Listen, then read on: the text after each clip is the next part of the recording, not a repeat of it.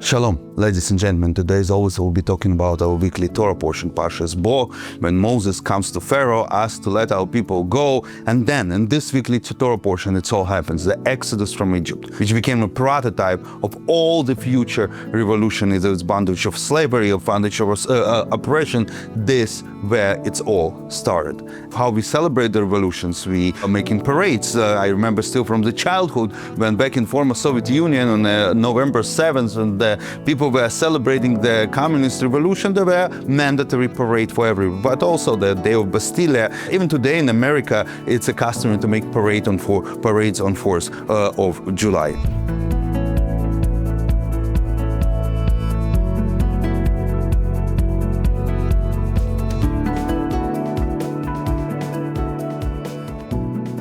And it has logic behind this, because revolutions are happening outside. When streets are filled out with the people that leaving their homes, going to the streets, to the squares, they protest, they build barricades, they fight the regime, they do it outside, and then they conquer the mass media, the transportation, the King Palace or Bastille, whatever, or pyramids, whatever revolution happened. The prototype of this, it is the Exodus from Egypt. When in the final moment when Pharaoh already understands, with his back to the wall, he understands he has to let the Jewish people go, he's still asking question, who will go? Maybe only men will go to the desert and then just do their worship and come back. And Moses said, no, we will go as a parade. We will go b'nereinu b'skeneinu, as a children and elderly, everybody together in the daylight. We will march to the destroyed Egypt towards our freedom. But there's something strange happened right after that. We receive a mitzvah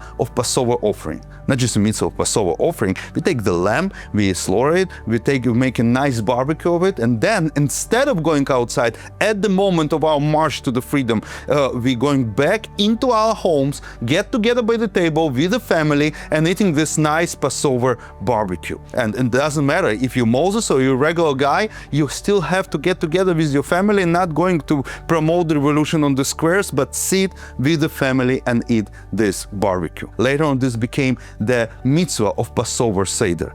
And this where the true revolution, the Jewish revolution, happens. It doesn't happen on the streets, on the barricades, on the squares, on the protests. No, the Jewish revolution happens, at least has to start at home, in our mind. When we modify our understanding, when we go back to our roots, we understand who we are, our Jewish identity, and not on the streets and the squares and with the parade and demonstrations. No, we go back to our families. This is what Passover Seder is. Until today, we get together by the family table and tell the story of our revolution, remember who we are, and modify and enhance our Jewish identity. We do it every Passover, we can do it every Yom Tov, we can do it every week on Shabbos. So ladies and gentlemen, don't forget to get together with your family on Shabbos, there where the revolution is happening. Thank you very much. Good luck. I see you next week.